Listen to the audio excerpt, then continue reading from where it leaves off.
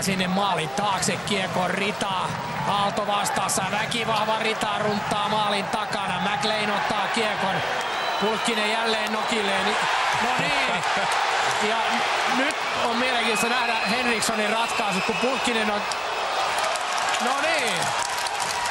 Pulkkinen lähti kostamaan, kun häntä otettiin, ja sen jälkeen Noronen meni vielä kuittaamaan. Ja Noronen ulos. Kyllä.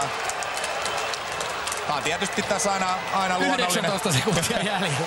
Kyllä, että halutaan puolustaa omaa joukkuetta, ja jos nähdään, että siellä tietynlaista vääryyttä omasta mielestäni.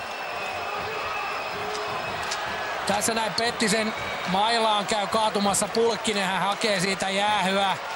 Ja Noronen vetää jalkoihin. Joo, ja ennen tätä tilannetta Pulkkinen löi mailalla, kun hänet kaadettiin, ja sen takia Noronen meni puolustaa omiaan siinä.